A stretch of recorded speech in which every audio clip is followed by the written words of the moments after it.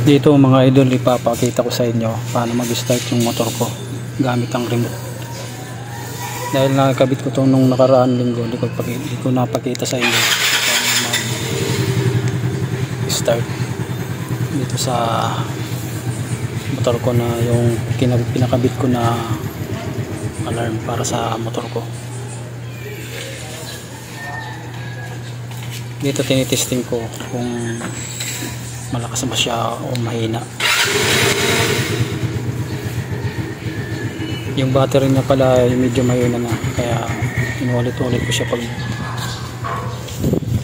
restart sa remote. Ayan, pinapaandar ko siya gamit lamang ang remote. Ayan, kumano naman siya. Nakikita niyo naman mga idol, solid yung pagpakabit ko dito dito sa motor na to. Ayan, restart ko siya para umandar. Naandar naman. Tapos i-ano ko siya, i-alarm ko siya pag ginawakan nyo itong mga idol, mag-a-alarm siya. Ganon siya ka lupit. Hindi siya basta-basta mananakaw. Makikita ka agad kung sinong hahawak dito sa motor na to. Yun ang purpose niya mga idol. Ayan, nahawakan ko siya, iingay siya. Ayan,